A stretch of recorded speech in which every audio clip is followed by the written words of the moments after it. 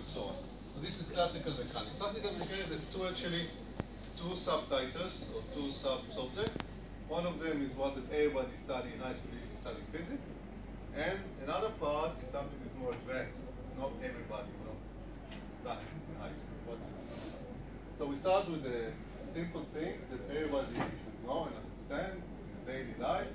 If you're going in a car, you're taking a turn, you feel like you want to go away of the side of the circuit. Things like that.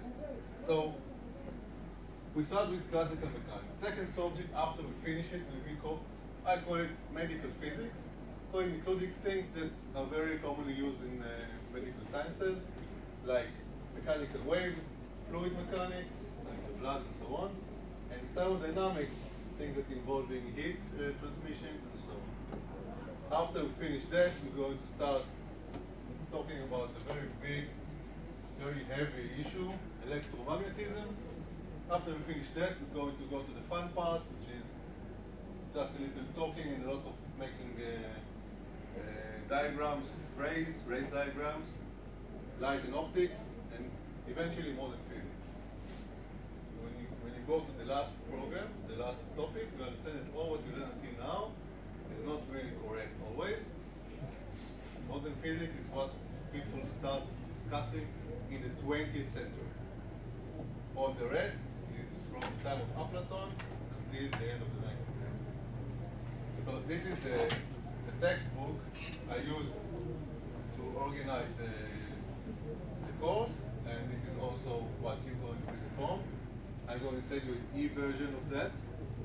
You don't have to read everything, because this book is not only for math students or biological students.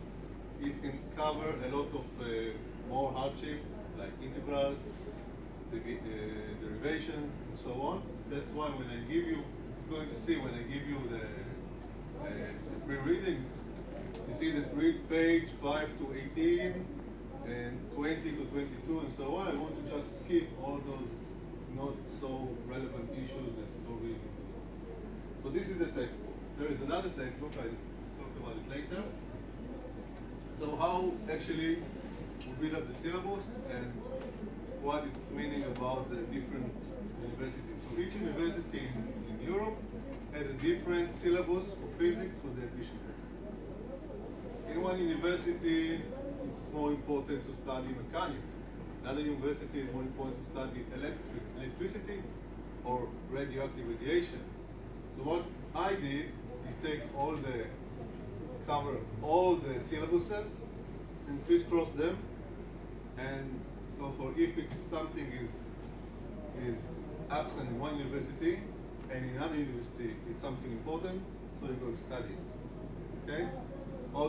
And then you have an advantage that you don't have to decide now which university you want to go.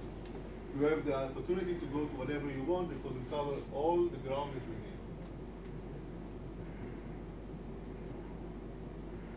Pedagogics. So how we're going to study? How you're going to study? So some teachers just talk and talk, and people listen. But here we try to do something different, which is much more similar to what is being done in Europe. That means that you have to participate. So the policy of the program is to make students participate and to be involved in class, and you are encouraged to do so. In our understanding, students that participate in class, they have more chances of succeeding and getting a better grade. If you sit quiet and just listen,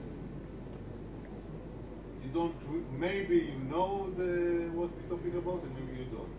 But when you start explaining or asking or answering questions, then you think about it again, and then it's more obvious, it's more easy, it's more understandable.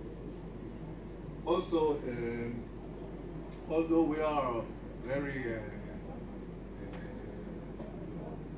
now we're not writing charts on the walls. We have computers, all the books are in the computer.